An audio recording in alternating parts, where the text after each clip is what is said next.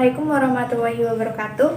Perkenalkan, nama saya Renatia Swati dengan NIM 72114171187 dari Akuntansi UNES.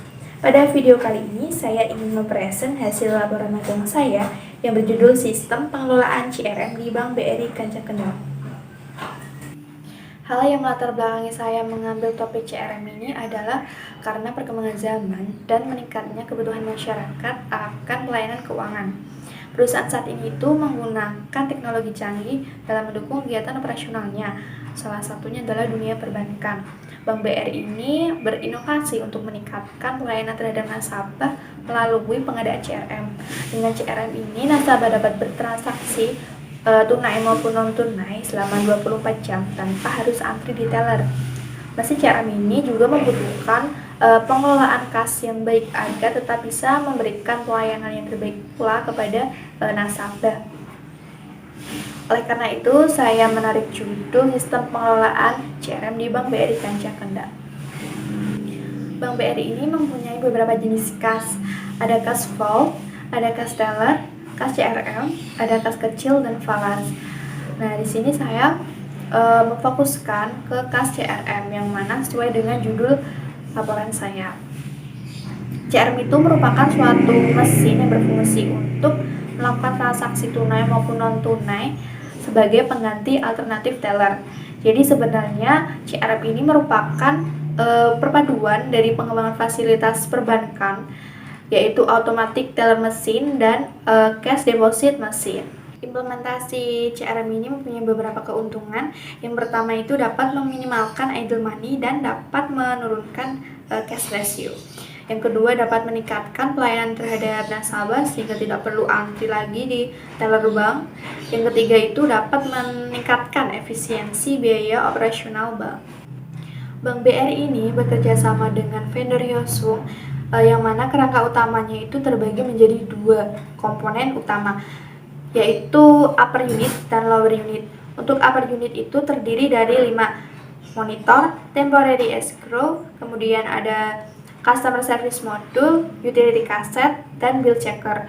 Untuk bagian lower unit itu terdiri dari bill reselling module dan 6 kaset. 2 kaset bernominal 100, 2 kaset bernominal 50, dan 2 kaset bercampuran atau mix. Alur setor tunai di mesin CRM yang pertama, nasabah datang ke galeri ATM BRI terdekat, kemudian memilih mesin CRM atau mesin yang terdapat menu setor tunai. Masukkan kartu debit, memilih bahasa yang diinginkan, kemudian menu setor tunai. Lalu bisa memasukkan uang ke mesin CRM. Dipastikan sebelum dimasukkan ke mesin, uang dalam kondisi yang benar dan posisi yang benar, tidak terlipat, tidak basah, dan tidak sobek. Kemudian request akan diproses oleh Brainex, kemudian akan dilakukan konfirmasi. Setelah konfirmasi, maka uang telah terdeposit dan masuk ke rekening nasabah. Setelah itu, nasabah bisa mengambil kembali kartu debit dari mesin. Alur tarik tunai. Di alur tarik tunai ini, yang pertama, nasabah dapat datang ke galeri ATM BRI terdekat, kemudian memasukkan kartu debit ke mesin CRM, memilih bahasa yang diinginkan dan menu tarik tunai, lalu masukkan jumlah uang dan nominal yang diinginkan. Lalu request akan diproses oleh Brainex dan secara otomatis akan mendebit rekening nasabah dan mengkredit kas CRM. Kemudian uang dapat diambil beserta dengan kartu debit dan struk. Dasarnya pengelolaan kas CRM ini terdiri dari aktivitas replenishment, aktivitas rekonsiliasi, penyelesaian selisih kas, dan penyelesaian transaksi CRM atas kumpulin. Yang pertama, replenishment. Replenishment ini dilaksanakan oleh AMO, supervisor kas, kemudian DJS, teller, dan IT. Replenishment terdiri dari 5 aktivitas.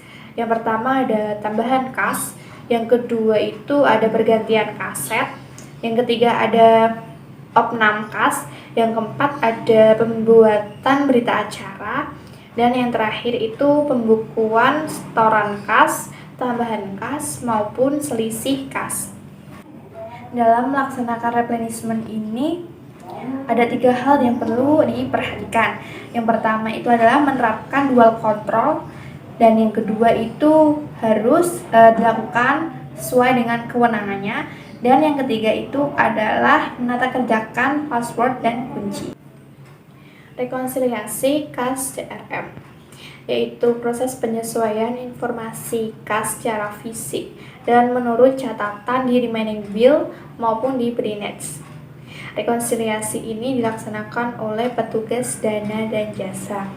Biasanya replenishment dan rekonsiliasi ini dilakukan dalam kurun waktu 3-7 hari pada hari kerja sesuai dengan kondisi.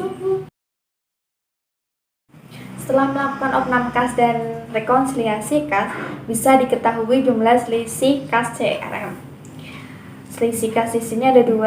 Yang pertama ada selisih administratif dan yang kedua ada selisih fisik. Selisih administratif biasanya timbul karena 3 hal. Yang pertama jaringan timeout, yang kedua karena store and forward, dan yang terakhir karena pencatatan yang salah. Penyelesaiannya dapat dilakukan dengan pembukuan. Untuk selisih fisik biasanya timbul karena 3 hal. Yang pertama karena mesin, karena manusia, human error atau fraud, kemudian yang terakhir karena vandalisme.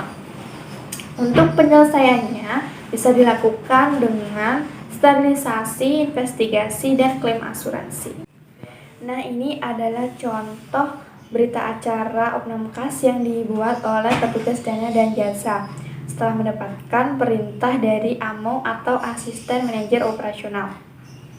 Di situ ditampilkan tertera hari, tanggal, serta jam dilakukannya opnam kas. Ada 3 informasi yang didapatkan dari berita acara. Yang pertama ada jumlah saldo fisik. Informasi ini diperoleh setelah melakukan perhitungan kas yang ada di CRM. Yang kedua ada saldo pembukuan pre-nets. Informasi ini didapatkan dari report dokumen TL504P yang diperoleh di sistem pre-nets. Dan yang terakhir adalah ada saldo remaining cash yang didapatkan dari bill counter yang terdapat di mesin CRM. Selanjutnya adalah pembukuan setoran kas, tambahan kas, serta selisih kas. Untuk pembukuan ini dilakukan oleh bagian teller. Semua sudah terkomputerisasi by system. Apabila dibuat jurnal, maka jurnal untuk pembukuan tambahan kas CRM debit, kemudian kas kantor kredit.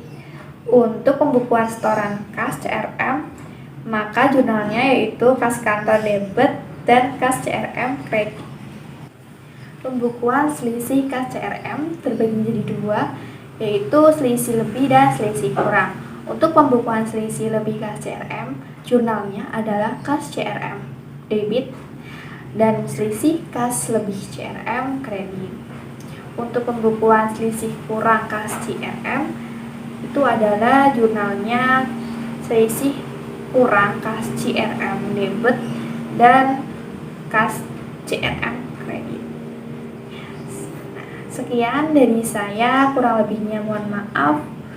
Terima kasih. Wassalamualaikum warahmatullahi wabarakatuh.